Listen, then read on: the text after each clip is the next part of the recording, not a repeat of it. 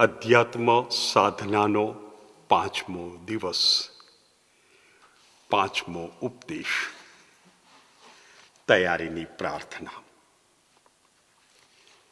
હે પ્રભુ, મારા સઘળા મનસૂબા, કાર્યો તથા પ્રવૃત્તિઓનું એકમાત્ર લક્ષ્ય રાજેશ્વરની સ્તુતિ અને સેવા બને એવી કૃપા કરો. આમીન. અધ્યાત્મ સાધના સંત ઇગ્નાસે 30 દિવસની બનાવી. આ 30 દિવસની અધ્યાત્મ સાધનાનું રૂપ સંક્ષિપ્તમાં 8 દિવસની અધ્યાત્મ સાધના. એ 8 દિવસની અધ્યાત્મ સાધનામાં 30 દિવસની અધ્યાત્મ સાધનામાં જે વિષયો લેવાય છે, 4 વિષયો, જેને 4 સપ્તાહ કહેવામાં આવે છે, એ 4 સપ્તાહ આપણે આ સંક્ષિપ્ત રૂપ 8 દિવસની અધ્યાત્મ સાધનામાં પણ લાવીએ છીએ. પ્રભુની કૃપાથી આપણે 4 દિવસ, એ પહેલું સપ્તાહ, પહેલો વિષય ચલાવ્યો અને પૂરો કર્યો, આત્મનિરીક્ષણનો વિષય. એટલે અધ્યાત્મ સાધના કરનાર સાધકો અભિનંદન અને પ્રભુનો આભાર. આ પહેલા સપ્તાહમાં મૂળ અને પાયો, પ્રિન્સિપલ એન્ડ ફાઉન્ડેશન, આ શીર્ષક હેઠળ ઇગ્નાસે સમજાવ્યું કે માનવના સર્જનનો હેતુ કયો. પ્રભુની સ્તુતિ કરવી, પ્રભુની સેવા કરવી, પ્રભુનું માન જાળવવું, આ જીવનનો લક્ષ્ય, આ જીવનનો હેતુ માનવ ચૂકી ગયો. કારણ આસક્તિઓ, મોહ, વળગણ.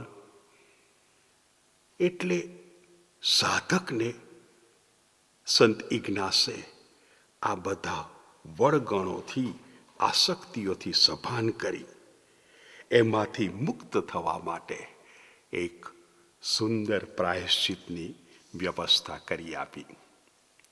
હવે સાધક એકદમ શુદ્ધ થઈ ગયો છે અથવા એકદમ શુદ્ધ થઈ ગઈ છે. અંગ્રેજીમાં કહીએ તો ફ્રીડમ ફ્રોમ. પણ આ તો અધૂરું વાક્ય છે. ફ્રીડમ ફોર એ પૂરું વાક્ય. ફ્રીડમ ફ્રોમ સ્લેવરી, ગુલામીમાંથી મુક્તિ. ફ્રીડમ ફોર સર્વિસ, સ્વતંત્રતા પ્રભુની સેવા અર્થે. એટલે હવે સાધકને પ્રશ્ન થાય છે, કેવી રીતે પ્રભુની સેવા કરું? કેવી રીતે મારા જીવનને સાર્થક કરું?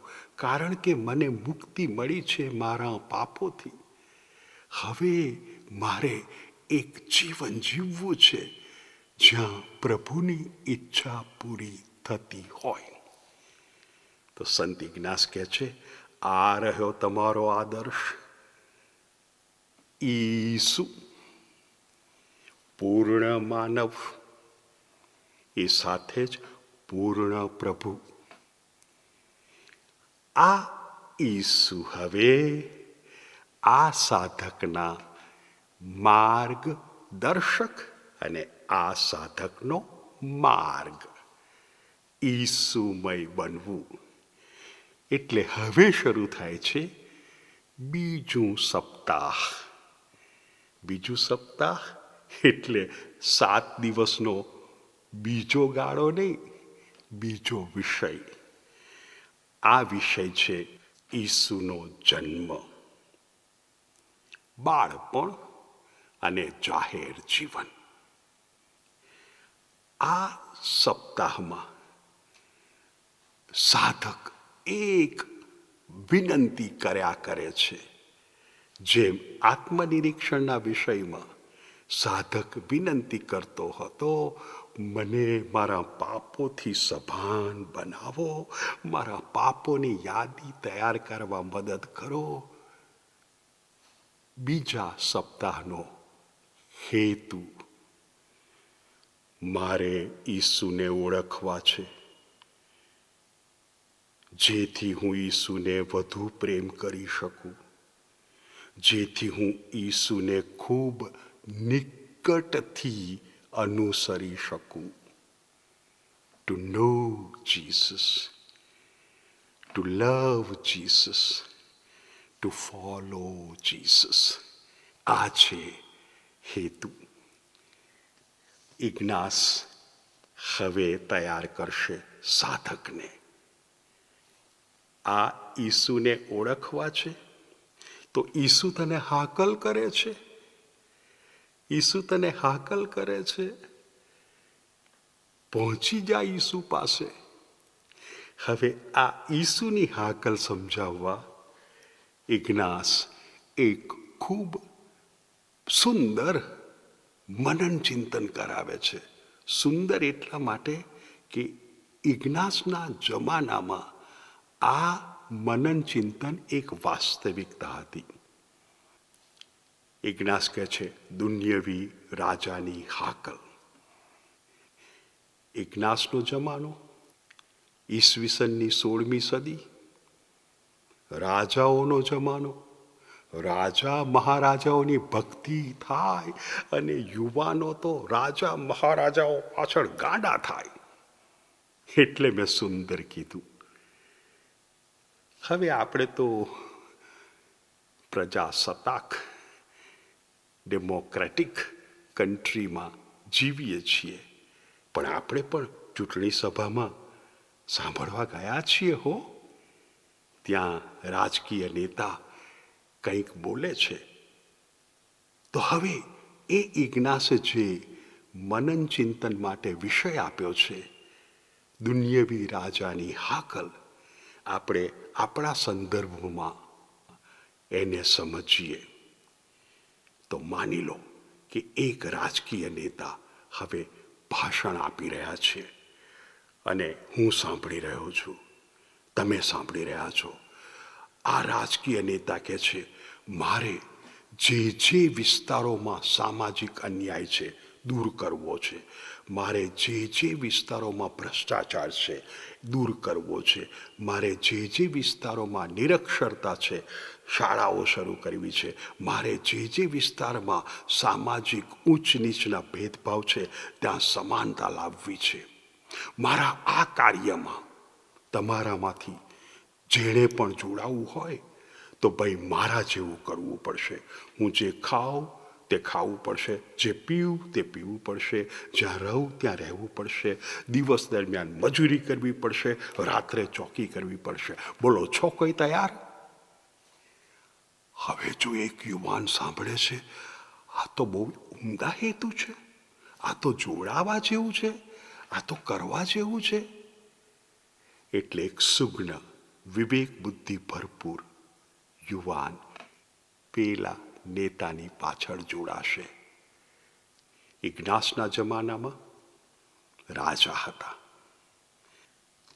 હવે બીજા ભાગમાં ઇગ્નાસ કહે છે, એ રાજા, એ નેતા, એ આપણા ઈસુ. હવે ઈસુ કહે છે, મારી ઈચ્છા છે ઈશ્વરનું રાજ્ય ફેલાવવું છે. સમાનતા, ધર્મ, ન્યાય, ભૂખમરો ના હોય, ગરીબાઈ ના હોય, શોષણ ના હોય, બીમારી ના હોય. કોણે જોડાવવું છે? મારી સાથે મારા જેવું થવું પડશે. હું જે ખાઉં, હું જે પીવું તે તમારે ખાવું પીવું પડશે. મારી માફક સખત મહેનત કરવી પડશે, કષ્ટો વેઠવા પડશે. પણ પછી ઈશ્વરના રાજ્યની સ્થાપનામાં, સ્વર્ગ દરબારમાં મારી માફક તમે મહિમામાં ભાગીદાર બનશો. બોલો, છો તૈયાર? આ છે હાકલ. હવે ઇગ્નાસ કહે છે, સાધક અધ્યાત્મ સાધના કરે છે ને, હા, ચલને બેસ શાંતિથી મનન ચિંતનમાં અને જોને પ્રભુ તને બોલાવી રહ્યા છે, ઈસુ તને બોલાવી રહ્યા છે. જવું છે? અને સાધક કહેશે, જવા જેવું તો ખરું. પહેલા સપ્તાહમાં મૂળ અને પાયો, પ્રિન્સિપલ એન્ડ ફાઉન્ડેશનમાં આ સાધકને સંત ઇગ્નાસે એવી રીતે તૈયાર કર્યો, તંદુરસ્તી હોય, બીમારી હોય, સમભાવ, ગરીબી હોય, સમૃદ્ધિ હોય, સમભાવ, માન હોય, અપમાન હોય, સમભાવ, દીર્ઘાયુ હોય, અલ્પાયુ હોય, સમભાવ. હવે સાધકને લાગે છે સમભાવ, હા, પણ હવે કદાચ આ ગરીબીને વધારે પસંદ કરીશ, આ બીમારીને વધારે પસંદ કરીશ, આ અપમાનને વધારે પસંદ કરીશ. કેમ? મારે ઈસુ સાથે જોડાવવું છે, એટલે મને કશું નહીં મળે તો વાંધો નથી. એટલે સમભાવમાંથી હવે એક તરફ આસક્તિ આવે છે, એક તરફ મોહ જાગે છે, પણ એ મોહ ઈસુને કારણે. ઈસુને ઓળખવાના છે, to know Jesus, to love Jesus, to follow Jesus. એટલે આવું એક સુંદર યુવાનોને અસર કરે એવું મનન ચિંતન રજૂ કરી ઇગ્નાસ બીજા સપ્તાહની શરૂઆત કરે છે. બીજું સપ્તાહ, વિષય ઈસુનો જન્મ, બાળપણ અને જાહેર જીવન. ઇગ્નાસ હવે બીજા મનન ચિંતનમાં લઈ જાય છે. સાધક, હવે તારે તારી કલ્પનાની જે તને ક્ષમતા મળી છે એનો ઉપયોગ કરવાનો. સાધક, તને જે વિચાર કરવાની ક્ષમતા મળી છે ને એનો ઉપયોગ કરવાનો. એટલે કલ્પના, વિચાર, આ બંનેનું મિશ્રણ કરીને હવે તારે ધ્યાન ધરવાનું છે, મનન ચિંતન કરવાનું છે. આ બીજું મનન ચિંતન, એને અંગ્રેજીમાં કહેવાય ઇન્કાર્નેશન. આપણે ગુજરાતી કરીએ ઈસુનું માનવ બનવું. હવે આ ઈસુનું માનવ બનવું, આ પ્રસંગમાં ઇગ્નાસ સાધકને કહે છે, સાધક, પહેલા છે ને પવિત્ર ત્રૈક્યના 3 જણ, પિતા, પુત્ર અને પવિત્ર આત્મા, આ 3 જણને ધ્યાનમાં રાખવાના.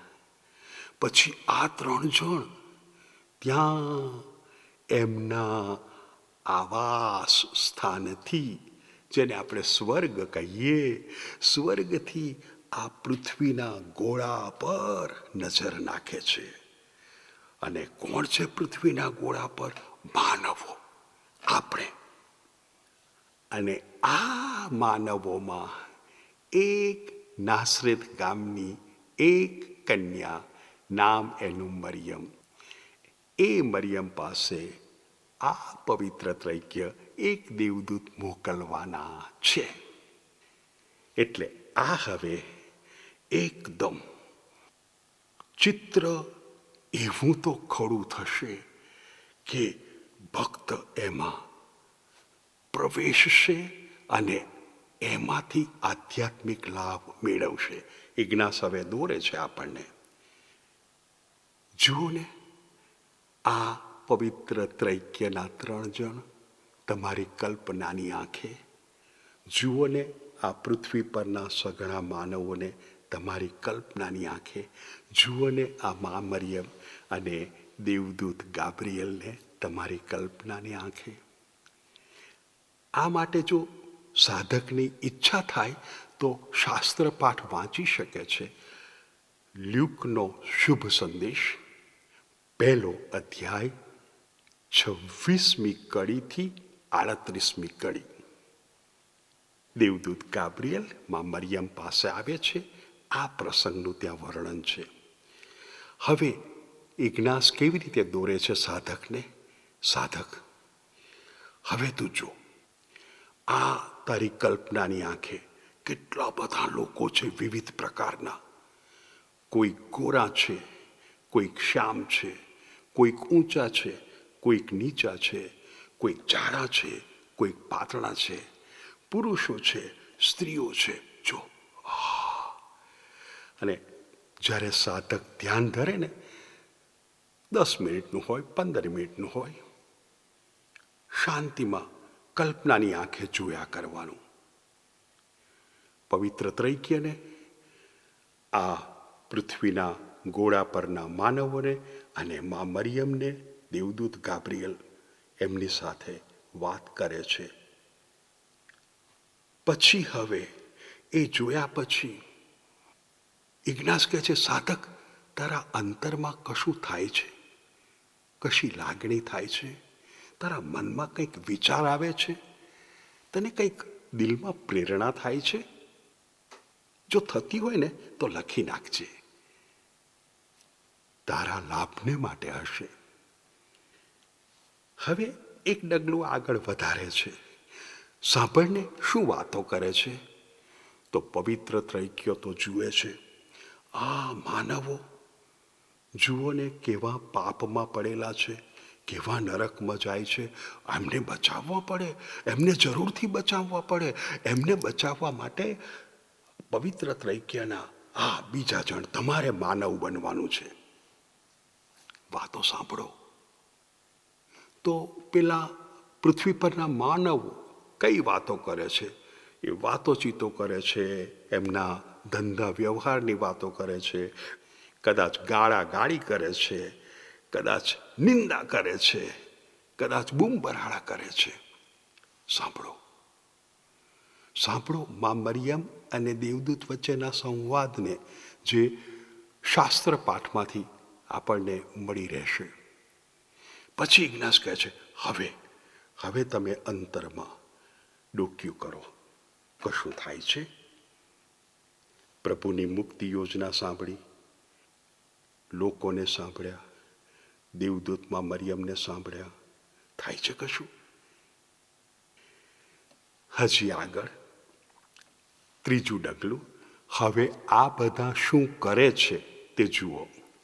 તો પવિત્ર ત્રૈક્ય તો પેલી મુક્તિ યોજના ઘડે છે અને નક્કી કરે છે બીજો જણ પુત્ર માનવ બનશે.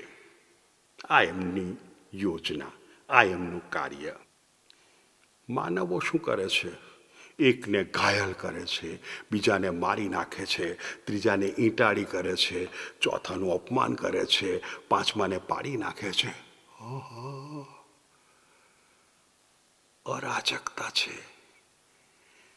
મા મરિયમ, દેવદૂત શું કરે છે? દેવદૂત કહે છે, તમે પ્રભુના મા બનવાના છો. અને મા મરિયમ આભાર માને છે, સ્વીકારે છે.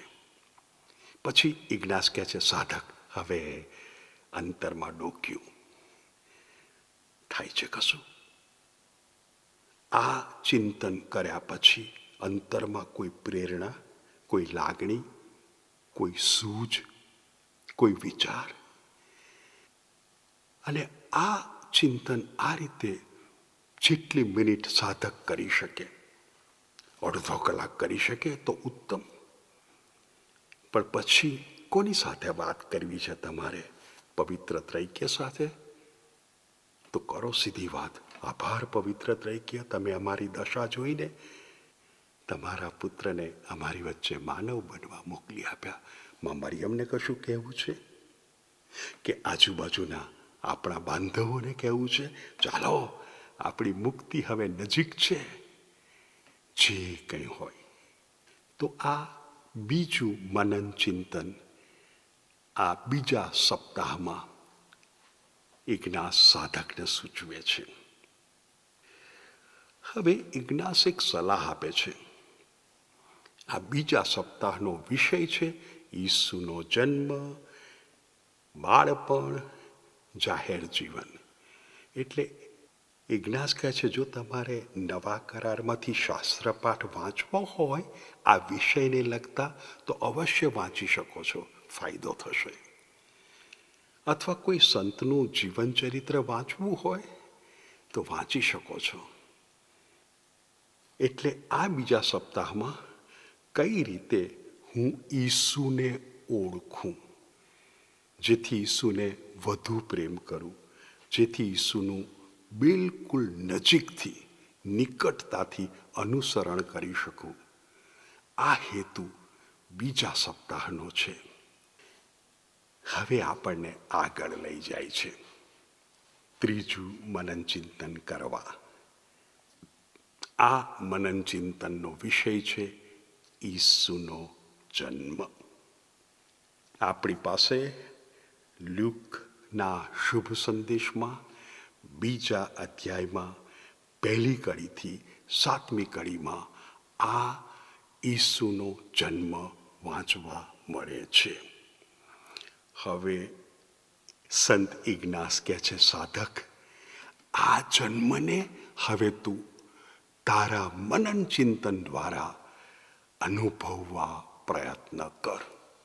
તારી સમક્ષ પ્રભુ ઈસુ જન્મ લે છે, જે પવિત્ર ત્રૈક્યનો એક જણ છે, સાક્ષાત પ્રભુ છે, હવે પૂર્ણ માનવ બને છે. એટલે હવે આપણને કેટલી બધી વખત આપણે નાતાલ ઉજવી છે, એટલે આ બનાવનો ખૂબ ખૂબ પરિચય છે. આપણે માટે અજાણ્યો બનાવ નથી. એ બનાવમાં આપણને ખબર છે માં મરિયમ એક પાત્ર, પવિત્ર યોસેફ બીજું પાત્ર, અને નવજાત નવા જન્મેલા ઈસુ ત્રીજું પાત્ર. બીજા પાત્રો છે, પણ આપણે આ 3 પાત્રો પર ધ્યાન કેન્દ્રિત કરીએ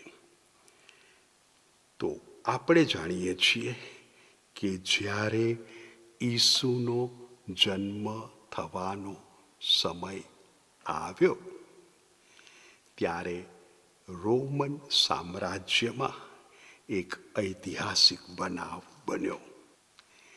ઐતિહાસિક બનાવ એ વસ્તી ગણતરી. વસ્તી ગણતરી. અને ત્યાં શુભ સંદેશમાં લ્યુક નોંધે છે આ પહેલી વસ્તી ગણતરી હતી.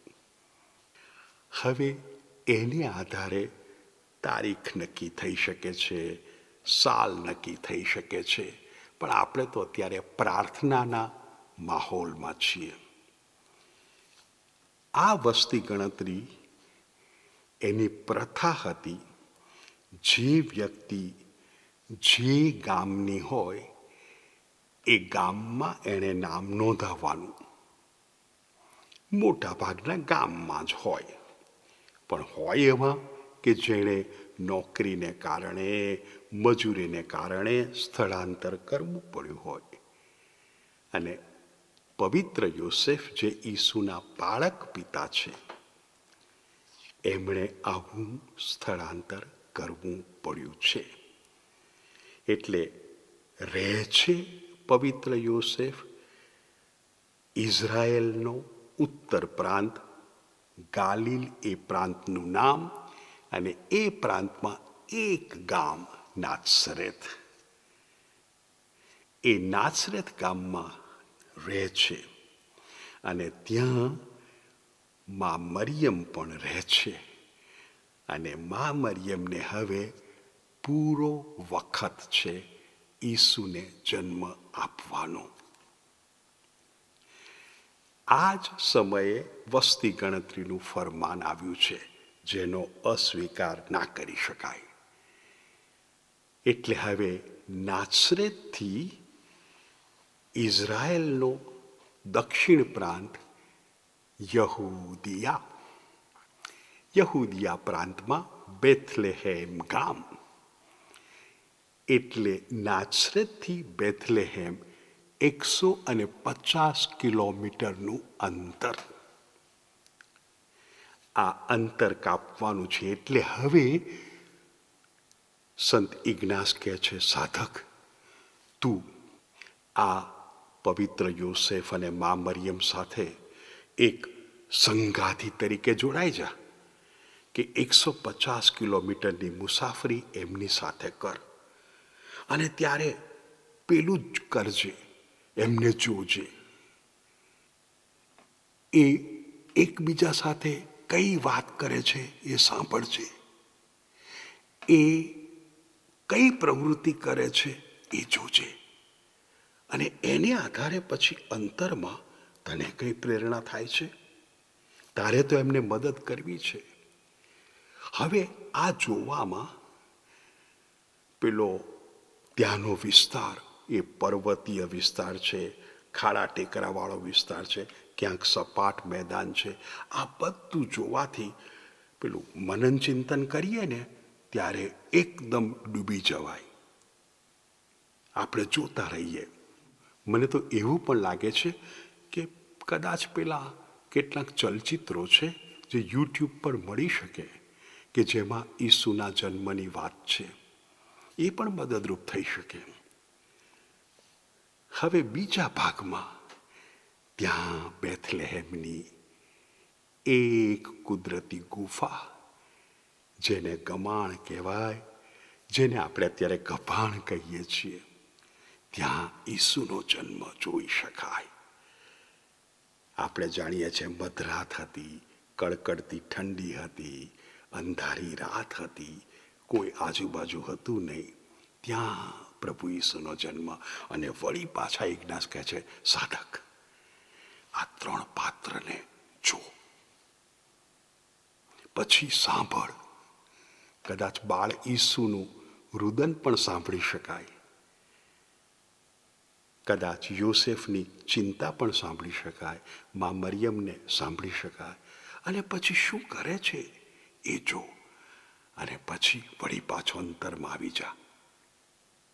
અને શું પ્રેરણા થાય છે, શું લાગે છે, કયો વિચાર છે, નોંધી લે. વિષય છે ઈસુનો જન્મ, બાળપણ અને જાહેર જીવન, અને હેતુ છે to know Jesus, to love Jesus, to follow Jesus. બસ સાધક, બીજા સપ્તાહમાં આપણે આ જ કરવાનું છે, કારણ કે આપણે ઈસુમય બનવાનું છે.